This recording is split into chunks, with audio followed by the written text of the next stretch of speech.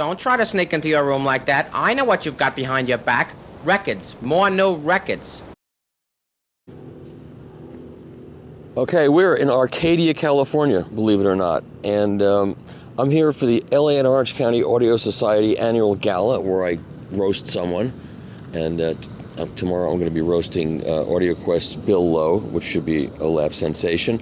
But today I'm in Arcadia because I was invited to come to a pressing plant, a small boutique kind of pressing plant in this industrial park in Arcadia. Here we are outside.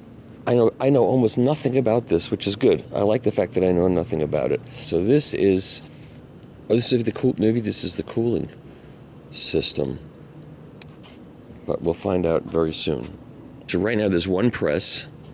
There's going to be two presses, and the owner of the operation, the sole proprietor, I assume it is over here, and he has set up.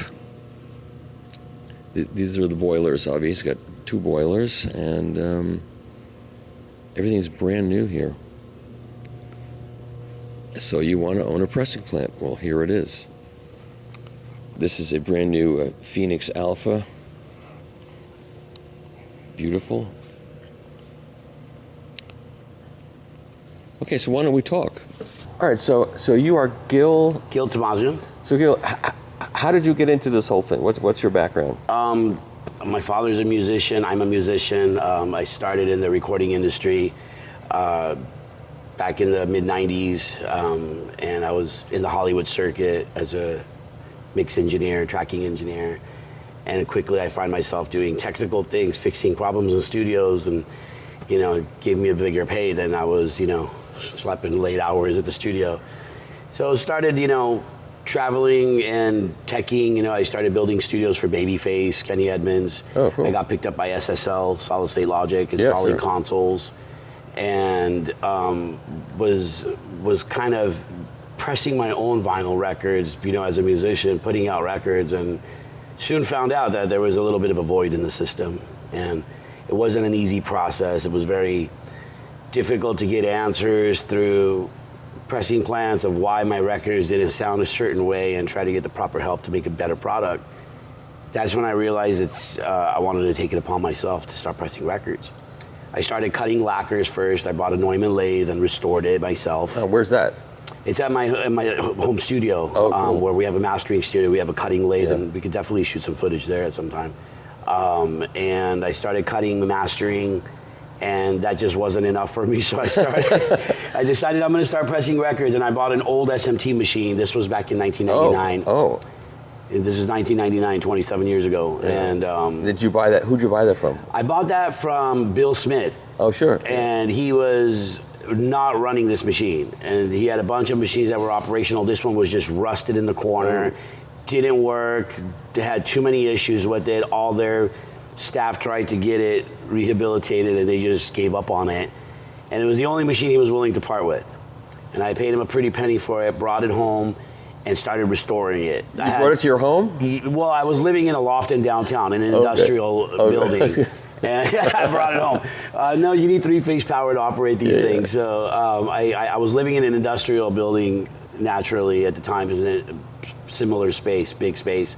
And I decided, I'm going to bring this thing and start restoring it. Yeah. I didn't have any help. I had no idea how the thing worked or who I could call for assistance. I know all the people you could talk to, but it's... Now we do, but back then, it was a different story. So what happened to that press? I started taking it all apart and restoring it. Within a couple months, I had that thing running. Oh. And I bought a small boiler and started operating records out of my garage in this artist loft building in downtown LA. Oh, cool. I'm sorry I didn't know about you then. That would have been really a cool story then. I wish we met, yeah. And, this continued, and I was feeding a small industry of artists, a lot of indie labels and big labels as well. I pressed records for like Puma shoes and all kinds of different agencies and labels throughout the years. and we ended up having to move. The landlord found out. they drove by, they saw my garage door open, they like called me up like, what kind of... You can't do that here. It looks like a nuclear power plant. There's residents that live in this building. They gave me 14 days or else they were going to confiscate everything. So you can get your shit out or we're done with you. Oh my goodness. So I was working with the machinist down in Vernon who had a good relationship with, he had a nice machine shop. I ended up moving it there temporarily for a couple years. Not an easy move. An SMT, Southern not an Machine easy Tools. move. Everything had to, all the electrical, all the plumbing. Yeah. So we moved once, and then we ended up moving again. Round 2 was there, and then round 3 was in Frogtown, Elysian Valley, right by the LA River. Yeah. So that's when we started the next setup, and we moved the same SMT over there, and we operated there for about the past 12 years.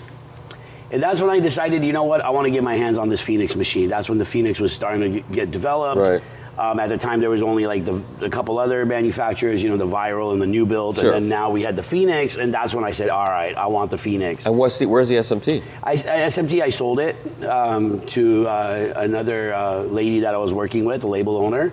I'm not sure what they ended up doing with it. Those are good machines, and it's good to keep those things operating. It's a great machine, and especially the one I had, I was restoring it for the past 25 years, so everything was modified and electronic So you sensors. consider yourself kind of an expert in SMTs now? 'Cause Absolutely. there are people that could probably use your help further down the road in Oxnard. Absolutely. I know Rick very well as well. Yeah. And I rebuild the hydraulic systems. I completely modify them with all new electronic components. So you're tuning into all of the whole vinyl world in Southern California. Oh yeah, all over the world. Probably all over the place. Yeah. Absolutely. So great story. So that's when we decided to get our hands on this machine, and we waited about 1.5 years for this machine to be completed for us. And the second one is on its way. It's finally built, and it's in testing stages at the moment.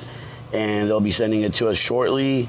And we're just really excited to have this machine. It's the first of its kind on the West Coast. It's pressing some really good records. Every client so far has been ecstatic about the quality. And who are most of your clients at this point? All kinds of labels, big and small. Right now we're doing work for people all over the country, also shipping out of the country. How'd they find out about you? Well, like I said, I've been doing this since 1999, so I have a nice handful of clients that I've been servicing. Most of the work we've been getting lately has been my clients, and we're also doing great little marketing campaigns to let everybody know that we're here. And what is the average run that people order? 1,000, 500. A lot of people like to do smaller runs, 200, 300, and we cater to those people as well. That's great. Yeah, price point makes more sense at a 500 or 1,000 for when you're going to start printing jackets and labels and real nice, elaborate, crafty and packaging. And you got to set the whole thing up to begin. Once it's set up, that's fine. I could set it up for a couple hundred records. It doesn't bother me to do a small run. It's just the printing ends up costing a lot of money. Sure. So if somebody wants nice jackets and nice print, I always recommend start off with 500. Yeah. The price point makes a better. Of course. More so sense. How long has this been here now? This has been here since, we moved into this facility in May, and we became operational in August. And your landlord knows that you're here. Absolutely. We had to dig the floor and put 75 feet of floor drain across the building and put holes in his roof and all kinds of brackets on the walls. So, is he a vinyl fan, your landlord? My landlord is the print shop next door, and they do really great printing work, and we have 2 other printers in the building, so there's always great energy here, and people work so can they do jacket work for you, or do you send it out? They do not do my people? Jacket work. I use somebody who's been in the record industry for like many Dorado years. Exactly. We use some of the other printers, but they do great printing. Like if I need a one-off sheet or an insert or that's convenient. Something like that, they definitely handle that for me on a much better price as well. well. Who does the plating for you? Right now we're using record technology to do our plating. That's good. Yeah, I've had a long relationship for the past 2.5 decades with Doran over there. Yeah, and Dorian's he's the Yoda of of plating. Yeah. So I really have a great relationship with him, and he does all my plating for me, and we try to keep the quality as high as possible. This is great. And so let's walk around here. Show me from what's that out there? That big thing. So the outside is our water chiller system. That's what I figured. And a lot of companies will have like one chiller system. I have a dual chiller system, so I keep the hydraulic chiller on a separate line. that doesn't fluctuate my pressure for the press. So I have 2 chillers. I have one for the record that cools down the record. That's the big chiller. The big one? Okay. And then I have a small chiller. This is just to cool down the hydraulic system on the press. Oh. And This costs a lot of money. It's a lot of money. This is what we call a closed loop system. So unlike a water tower where you have water dripping and cooling, right. This prevents any debris from getting inside your water.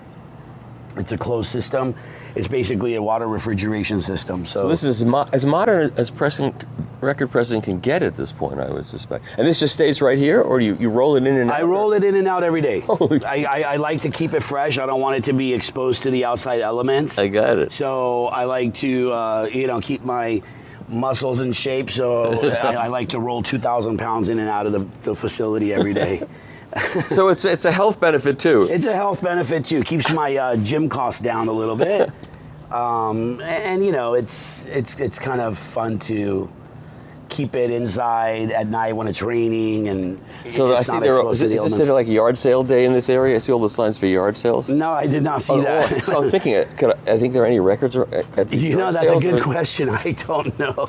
I'm tempted, but I have too much else to do. All right, so the name of this operation is? Onyx Record Press. O-N-Y. O-N-Y-X, like the stone. Onyx Record Press. And we like black vinyl the best because it sounds the best, so we went with the name Onyx.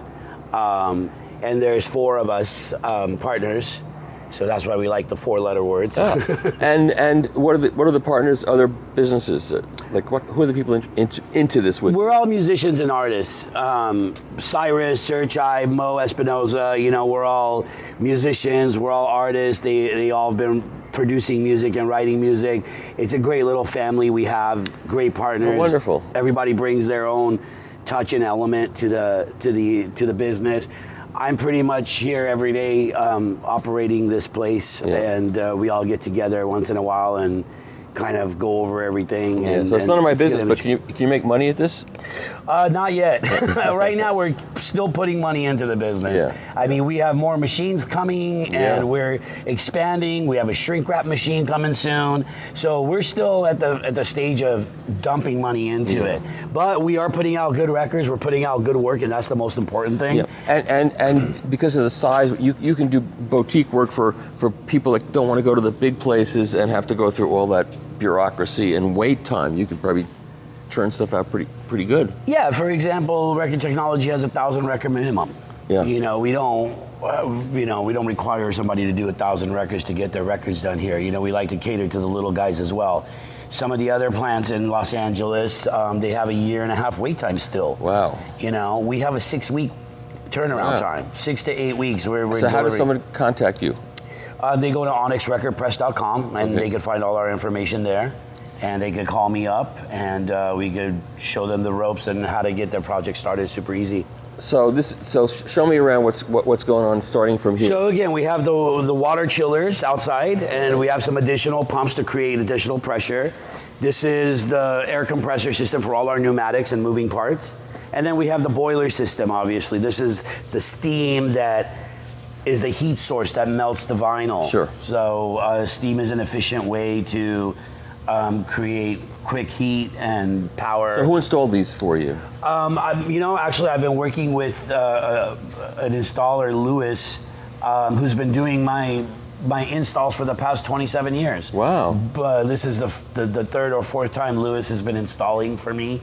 And I have a really close relationship with him. It's been very helpful to... And these boilers come from they're also used for other things than just this. Yeah, absolutely. They're used in the medical industry. They're used in the food industry. Parker boilers are really well known. It's, super efficient, streamlined boilers that are easy to maintain. They have it's called a bent tube system. I've also used a Scotch Marine system. I like the bent tube system. You really invested in all of this technology. Yeah. What's back here?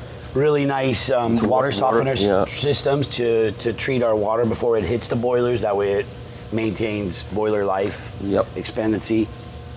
And then over here we have an oven that bakes the labels. So although the labels are dry to the touch, they still have moisture inside them from the ink. And we have to bake them for an extended period of time at a certain temperature to ensure that all this ink is completely dry. So when you press a record with that kind of heat and pressure, it doesn't stick to the metal. Yep. Any little bit that's left that I didn't properly bake will show the results Sure. real fast by sticking to the metal. Sure. And what's in that tank right there? That's our hydraulic fluid.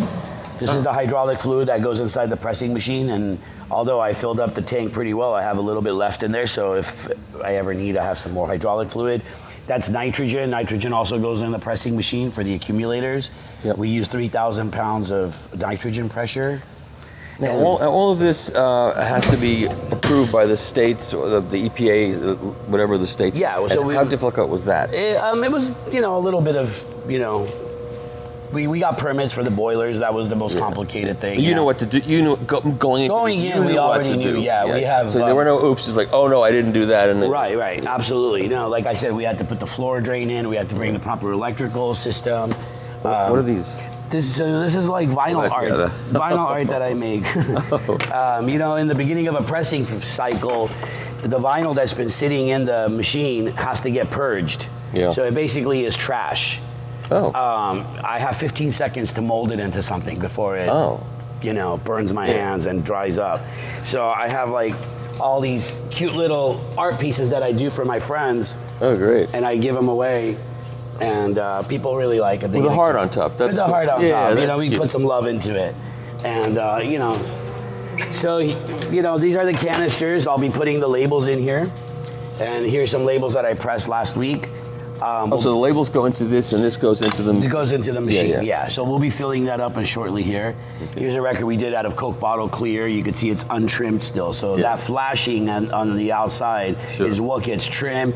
Most pressing plants will grind it up and they'll mix it 15-20% with the virgin vinyl, and it's part of the process. Do you do that too? We're not doing that with our regrinder now. We're just donating it to artists because we like to keep our material 100% virgin. I've heard from various pressing plant people that sometimes a press works better with some regrind.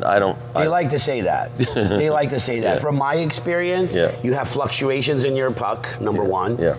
You have adulteration that happens naturally because if you're grinding material, you start having metal oxide from all those shavings. Yeah. They even put magnets in the extruders to catch any metal magnets. Okay, so what happens to a metal stamper after 500 to 1,000 pressings is you'll start getting microscopic little scratches here.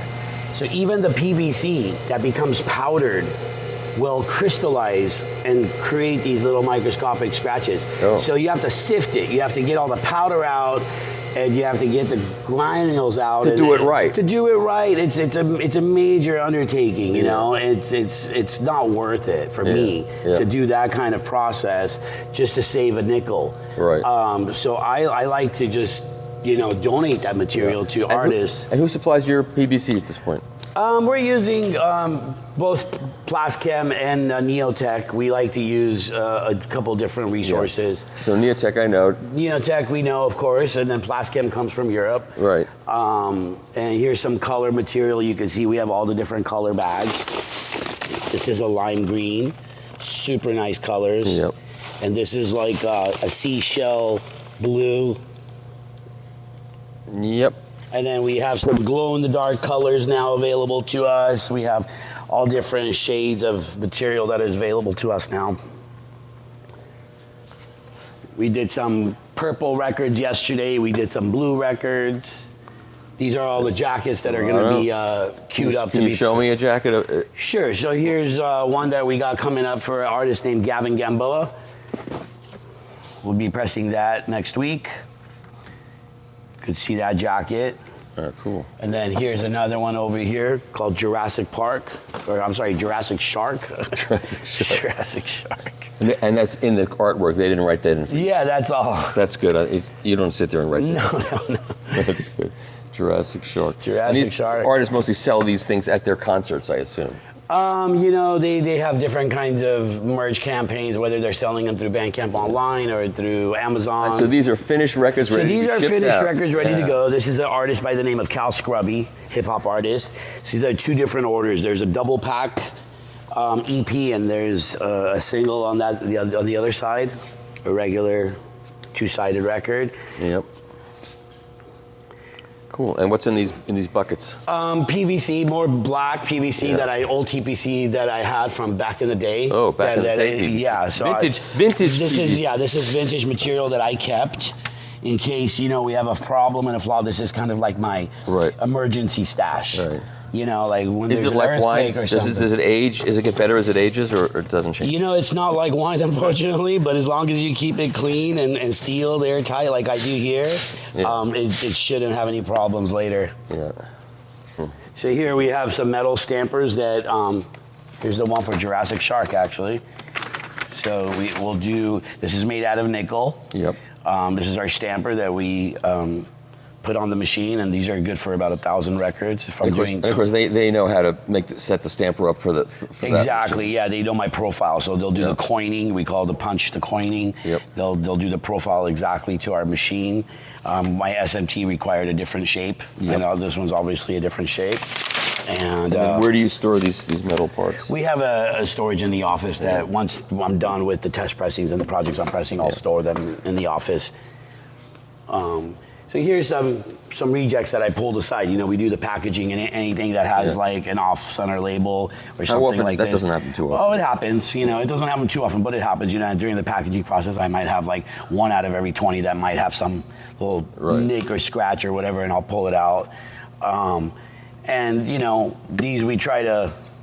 Obviously, we're going to try to figure out a way to save the material, so I just can't get myself to throw them away yet. Yeah, I got it. Gotcha. And these are aluminum spacers. We use them to put between every 10 records to keep everything super flat while it's curing. And obviously, you know what this is. It's a lacquer disc. Yep.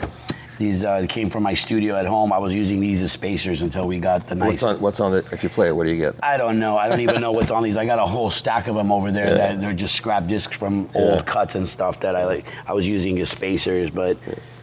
Are you doing some Queen thing here? We got some Queen on the wall, yeah. What is that from? It's an old repress or a project that they did. A night at the opera. You're not doing that, no. No. When they do that, they press huge numbers. Yeah. Cool, it's a nice thing to have, though. We got some old stuff. We could do huge numbers as well here. I mean, you'd be surprised how many records we could get done with one machine. Yeah, because this machine is efficient. Yeah, we could get 3,000 records done in a 24-hour period with this machine. Wow, that's pretty good. So, 30,000 records a month if I really need to keep this going. And you got bags of PVC in here? We got bags of PVC in here.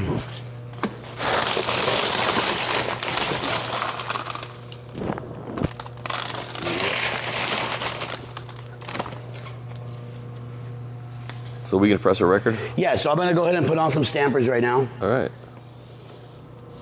Yeah, the whole story about how this guy brought this company back from nothing is just a great story. The Tool-X Alpha Phoenix Alpha story. Yeah, Niklas Plobens, the guy over at... I've been keeping in touch with him quite a bit over the years. And you know how that whole thing started with people in Japan who had the old Tool-X Alphas and wanted parts for it? And they found him somehow on the internet.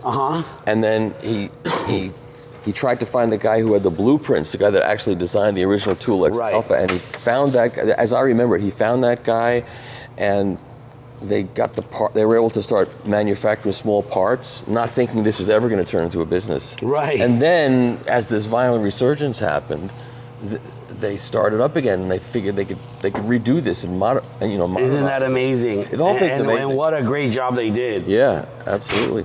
To actually... I've seen these. I saw these in the Netherlands. I've seen these in Nashville. I've seen these all over the place. It's great. Yeah, he did. He really did a good job of bringing back the Tool-X in such a great light. I mean, it's Of course, the original Tool-X's are very difficult to run. Most people are abandoning those because they're old and they don't. Yeah, you don't see too many of them in the country. No. Definitely not. They're made for the European market, and A bunch were brought here and with very bad results. and then when they ended up going back, Yeah, I mean, QRP had a bunch of them. they sent them to Poland. Yeah, and they had them in. I almost bought those machines, the green ones for at QRB. Yeah, I bet you could have gotten them going. It would take. He actually, Chad restored them pretty well. Yeah. And I was talking to him for a while. I was thinking about purchasing them, and by the time I came around to doing it, he ended up selling them to a company in Poland. Yeah. They ended up selling. He had 4 of those machines.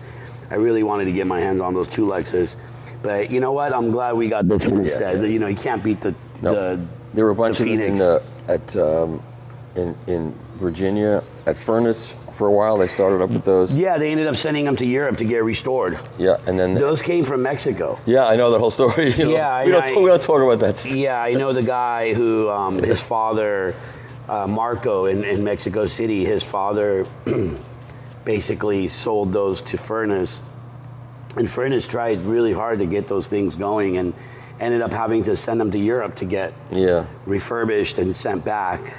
And it didn't work out anyway.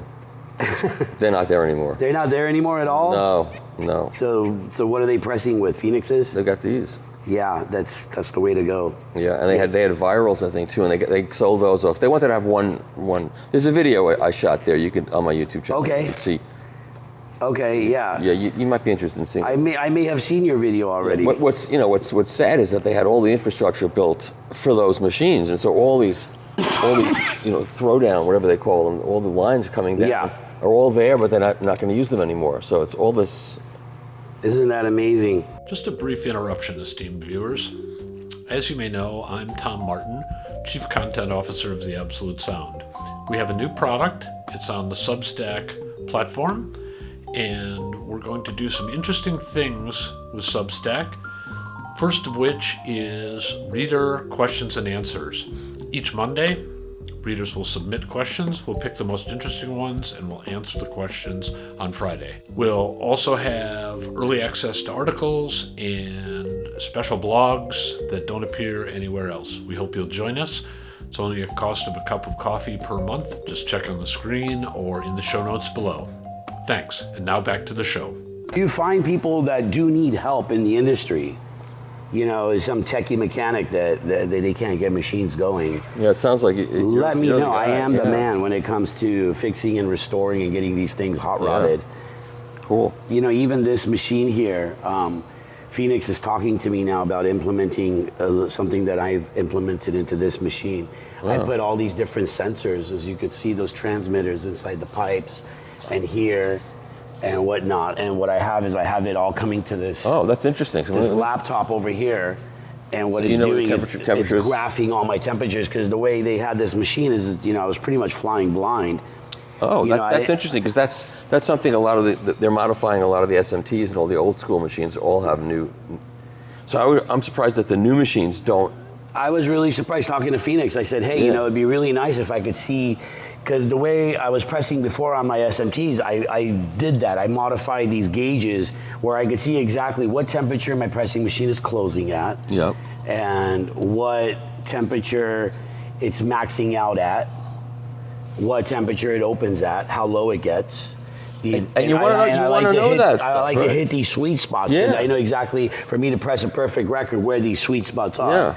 And certain days when I'm pressing records, the temperature outside makes the slightest little difference. My boilers are operating in a different fashion. The water chiller's operating in a different fashion. So the results are different. Yeah. And for me to hit these little sweet spots of when it closes, where it maxes out, when it opens, how low it gets, these 4 different points, I need really nice instruments to be able to monitor that and modify the temperatures. And that's the art of this whole thing. That's the art of this whole, what we call ourselves molders. Yeah. And to be properly molding, you need to know those temperatures and hit them on point, or else your records are not going to be the same. And so you literally could design a kit with all the parts you'd need, and you could go to I could go to the different plants that have this machine that don't have that, and sell them these kits. That would be a really good business. So Phoenix said, hey, we might want you to fly here and help us kind of implement this on the next generation of presses.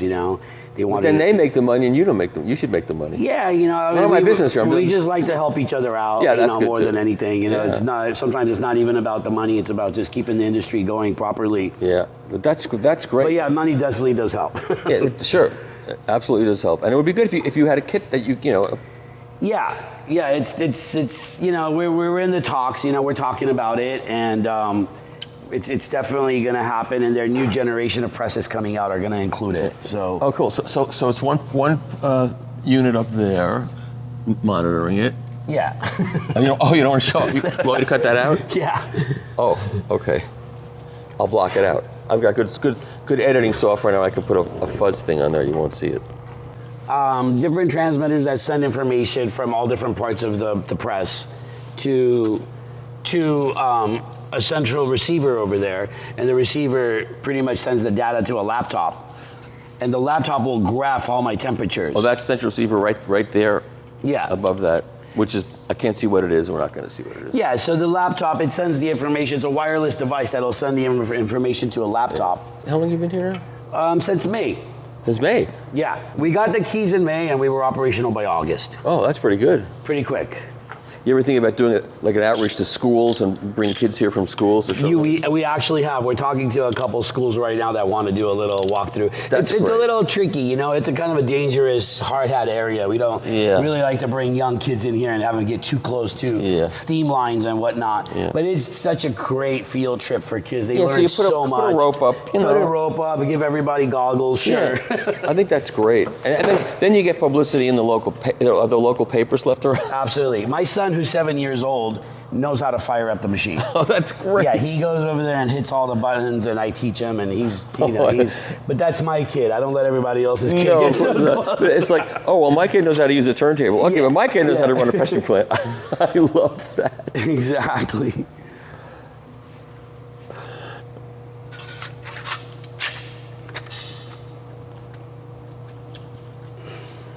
You know, one thing that is pretty interesting and funny. Usually, when you buy this machine from Phoenix, you know, they don't really give you an elaborate manual. It's like everything else in this world. Yeah, it's a little. Well, they're Swedish, right? So it's like IKEA. They give you like pictures, and you have to. No, they don't even give you that. It was like a 5-page, guide of how to fill up the accumulator, what kind of oil to use, and that was it. But what they do is they assign an agent to you. So, I was assigned Scotty, which is such a great guy over there at Phoenix, but Scotty is too busy. He doesn't even have time to come here till after the New Year's. Yeah. So he got a hold of me and said, "Hey, Gil, I could come down there in January to help you with your install." And I said, "Scott, we're already pressing records." And they were pretty astonished by that fact. Well, that's not fair to sell a product to somebody in May and then say, well, I'll be in 6 months, I'll be able to come help you set it. That's not right, I have to say. Yeah, he was able to get here during Halloween as well. He said, "Hey, I could come in at the end of October as well." Yeah. But I said, "Hey, we're already operational. We're pressing records already." And he was shocked. He was like, "How did you get that thing hooked up? How'd you get it running? How'd you get it calibrated?" They're not used to having somebody buy one of these machines and not get it operational without their help. Right. So I guess some of the bigger pressing plants that have experienced machinists. You have to have a lot of experience too. I mean, like I said, it doesn't come with too much guidance. So all these, even if you have experience like with an SMT, it was still pretty challenging for me. Totally different than an SMT. Totally different. Yeah. The wires, the cables, the way it goes together. It comes with a box of additional parts and brackets. To kind of figure it out. Did you document any of that? I have a what do they call it? A time-lapse video. Oh, you do? I have a time-lapse video of me setting the whole thing up. Oh. We'll fire this up right now. It's funny. Sometimes these opportunities come along and I just say, I just don't have time. I can't do it. And I'm just glad I did this because this is very cool. Yeah.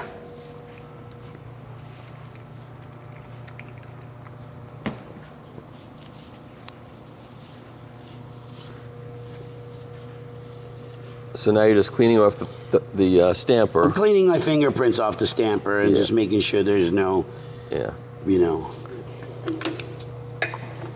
Right. See, most people, and myself included, when we go to pressing plants, we can't see it happening in this kind of, real-time detail. Usually it's a crazy scene. So this is cool. Yeah. People can see just what happens. Yeah, we clean the tops, we clean the bottoms, we make sure there's no debris. We clean the dies between stamper changes. Yep. We want to make sure everything is super clean so there's no dimples on the pressing. It's your baby. You got to keep it clean. Yep. You polish the glass on a regular basis? No, I should.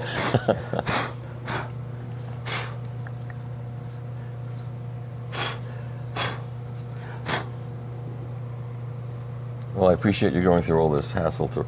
No, it's not a hassle at all. I have to press records today. Oh, and these are actual things you're doing? Yeah. Oh, okay, good. This is a project for Search Eye, who's one of our partners here. at Onyx.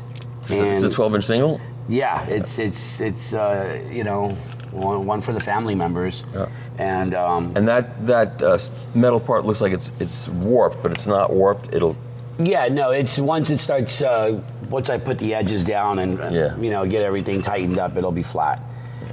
Because of the way they shape it, you know, it comes to us like that. Look, they got a nice RTI electroplating logo now. Yeah, new logo. There's a lot. There's a lot happening right now in the industry. Have you ever gone to any of those making vinyl events? I did. I was actually speaking in Frankfurt last year. One of the key speakers I didn't know at the Making Vinyl. I didn't know there was one in Frankfurt. Oh, cool.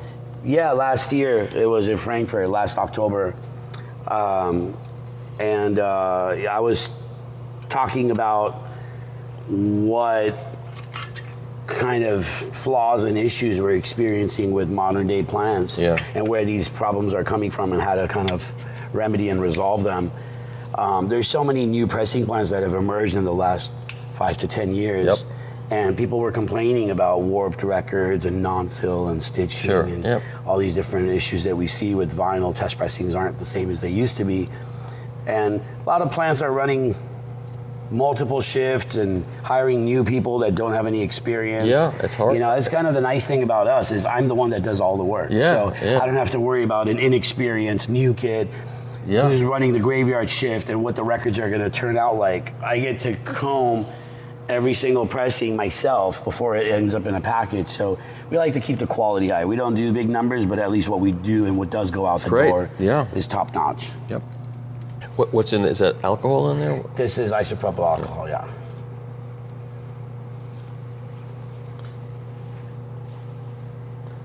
So, people at home, you're seeing all that goes into this in real time. In real time. This is unique. I love this.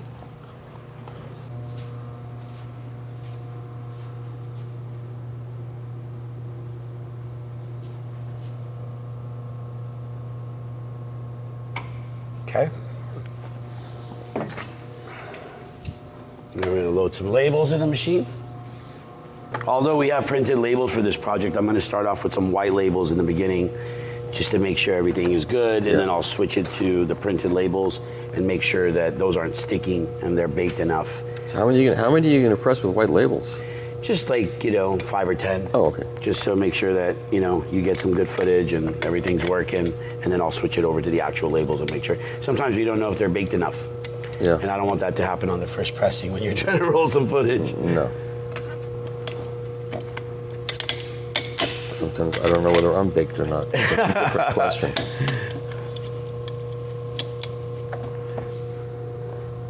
So many systems go into this. There's so many little details and parts and systems that have to go into to make this work. It's really insane, huh? The amount of moving parts.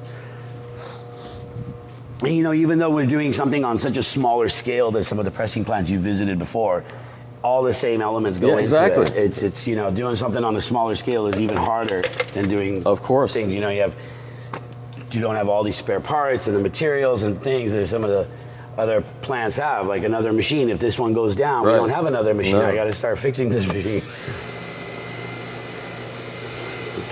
Water pump. Okay, we're seeing action, ladies and gentlemen. Mostly gentlemen. I'm a realist. So how long does it take? You come in the morning and you get everything ready to go, and then you start. How long does it take to get everything fired? As you can see, about half an hour or so. You know. Get your music on vinyl. Onyx. The extruder is part of what is supplied by Phoenix Alpha, right? Yeah, the extruder is all one piece with the machine. Yeah. So you have the 3 components: the hydraulic system, the extruder, and the press. Yep. Okay, we got our labels in there. What's this big yellow button? Is it the emergency stop button? It's an emergency stop button. I have one on each side. Okay. So, you know, if your arm gets caught in the press, you can reach around. Stop. You ever started up and forget something? Oops, I forgot to put the bucket under the... It happens. It happens. You know, over the years, you tend to get in a routine and double check everything. Yeah. Something I always, you know, try to do is go through a checklist mentally. is as I'm starting up. Did I turn on the vacuum? Did I turn on the air? Yeah. Is it warm enough? You know, if you don't warm up the extruder enough, you could blow the nose right off the nozzle. It's a very costly mistake. I know, You don't want to do that. It's about $4,000 for one of those things. Yeah, something like that. So you don't want to, you know, make, you know, errors like that. So you really have to go through like an extensive mental check. It's like a flight checklist. You know, you go take off an airplane before checking all the things. So. I heard at one pressing plant they were having a problem with the extruder, with the screw, that it was wearing out because it was made in China, and they were having trouble with their metallurgy or something. Have you had any issues with that? No, you know, on my SMT, luckily, I took the screw out of the extruder 2 times. You know, we would warm it up and then hammer it out from the back, and you have a 4.5 foot screw that comes out. Yeah. And you know, if there's any debris that's been caked onto the worm, to the screw, you know, you chisel it off and shine it up, make sure that, you know, it's all chromed. It's like car maintenance. Absolutely. Yeah. You know, transmission goes bad after a few years. You know, you have to make sure that, you know, if it needs to be rebuilt. All right, I'm hearing noises. I see a little orange light someplace. Under there.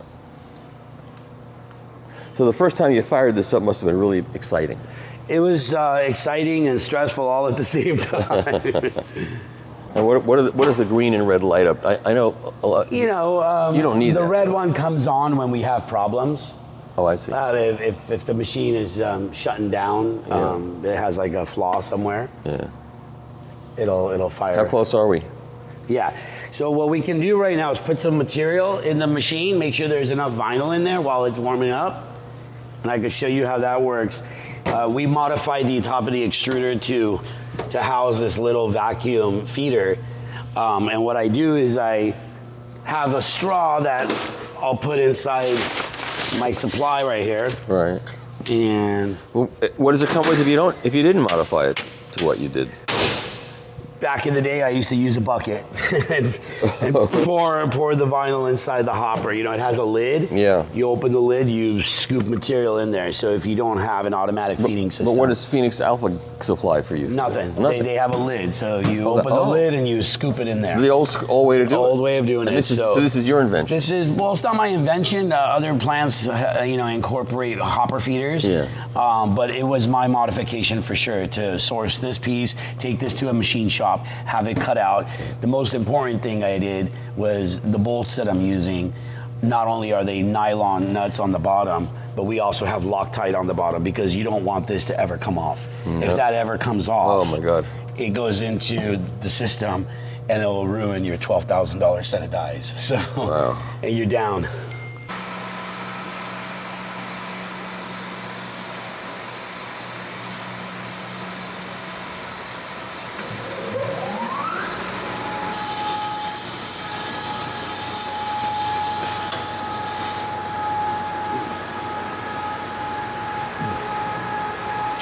Put some material in the machine. It's amazing they were able to do this before computers. I mean, how did they do it before computers?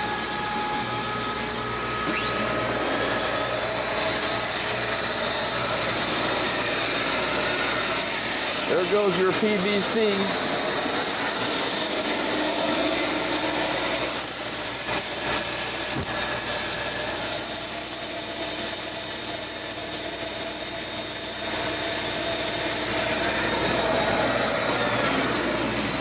Drop it.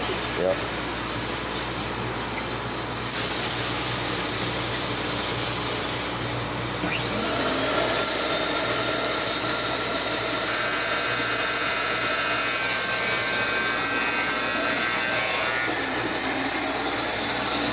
I hope you're enjoying this at home because I am really enjoying watching this happen from startup time. Normally we don't get to see a press start from the beginning, and we normally don't get to see a single press operating like this. So it's really kind of fun. If this is your kind of fun. If it's not your kind of fun, I can't help you. Don't be here. Don't comment like, oh, you wasted 2 hours of my time. I hate those comments. Maybe you can edit some of this to make it quicker. Well, of course I'll edit some of it, but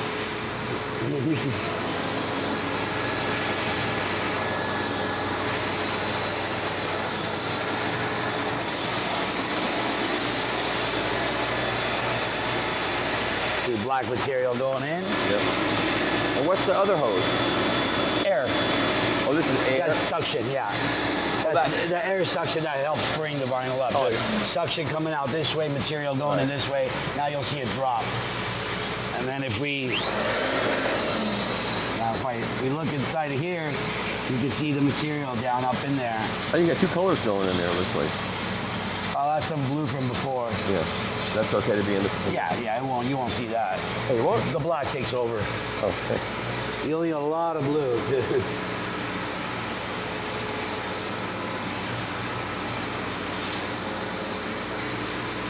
Yeah, this is almost ready. A few more minutes. Okay. And we'll fire it up. Will it just start by itself, or are you going to give me a warning? I'll set this. I'll give you a warning. Okay, I'll set. They're ready for the next press. It's coming very shortly, and there's all the infrastructure up there ready for the next press.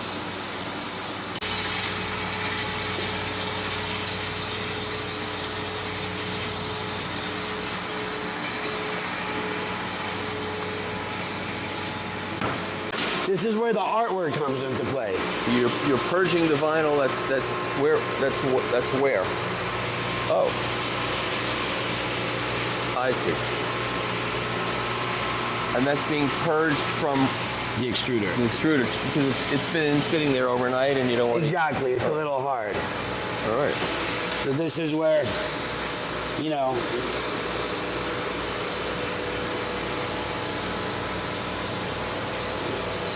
there you have it. How much time do you have before it's hard? It's burning my hands. Oh, we don't want that.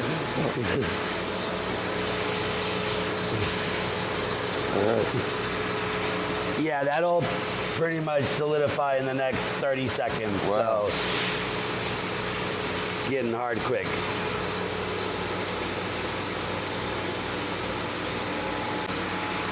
We'll fire it up right now with some white labels. Okay. We're doing white labels. Just to not waste any good labels in case there's a problem. So you see this a top label and a bottom label. And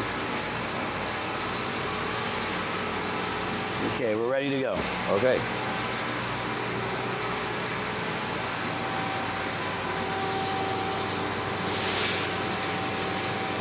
Here we go. I think.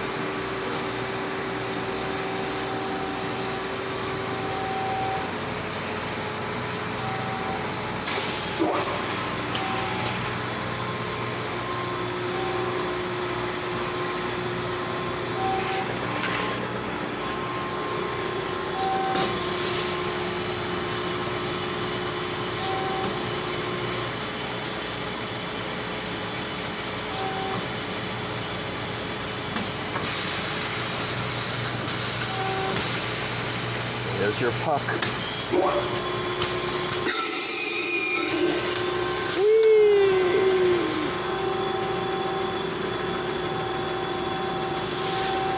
That one might not be good. Yeah. Needs to come out a little bit more, warming up still. Now we're good. Come on over here. Looks good. The next one, not so much.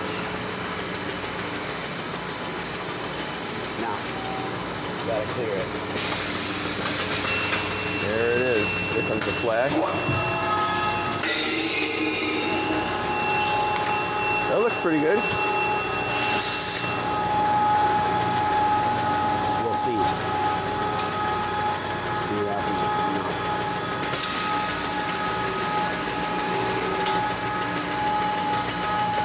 Next one doesn't look so good. That one's not. It's gonna land right. Yeah. You're gonna have to reset it. Yeah. There's your labels. There's your puck.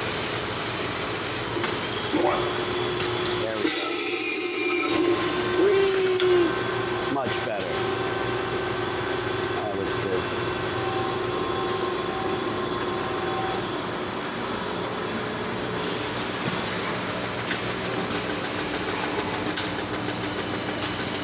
There it is.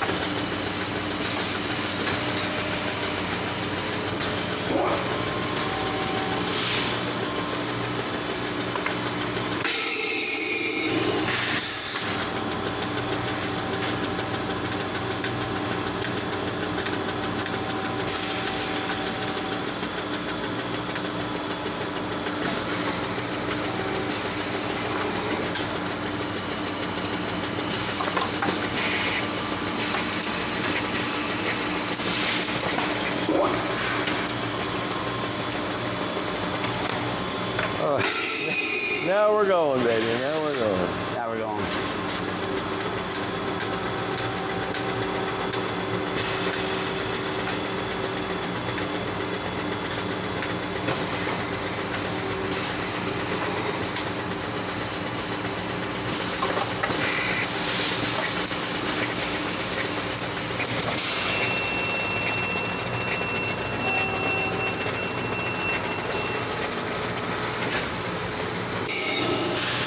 Needs a little alignment.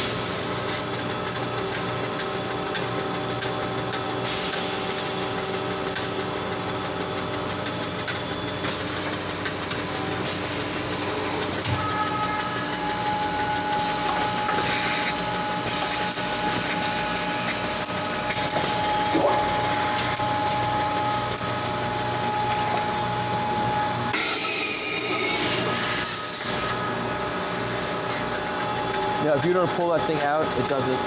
It does. Like I said, the water was a little cold, so I was assisting it. Now it's going to be fine. Yeah. I don't have to touch it no more.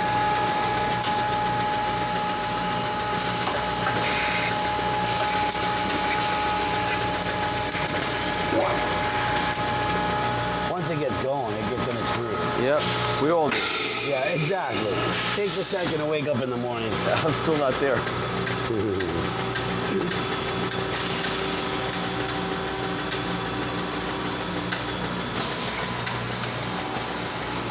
Now I understand why you didn't put the real labels in the beginning. I'll put them in now. Yeah.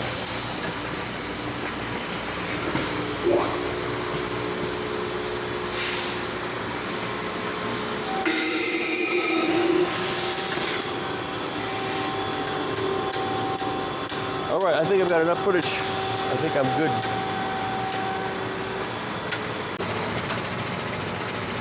All right, first one with a black label, with a black sleeve. Let's see if it works.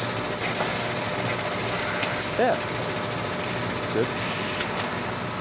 One's good. B in there. Why is it? There's a B floating around in there.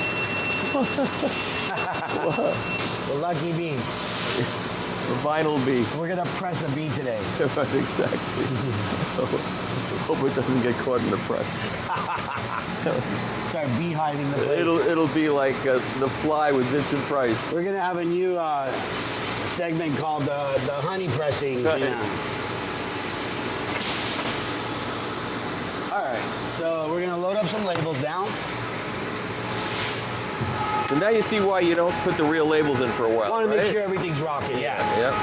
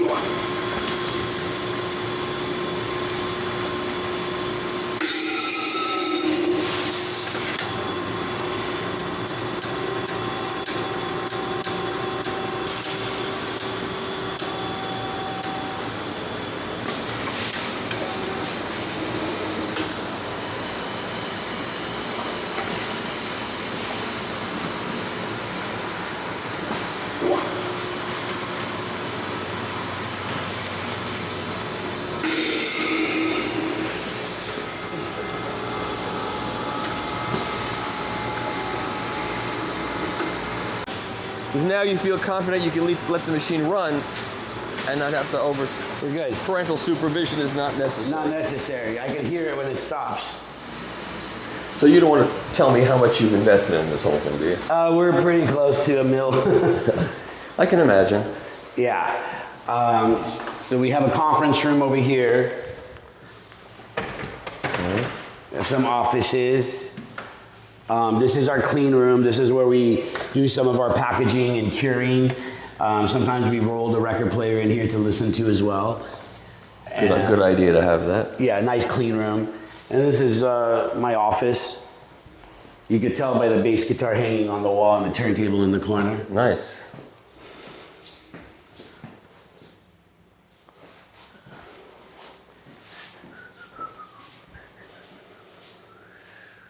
And then we have some more offices up here.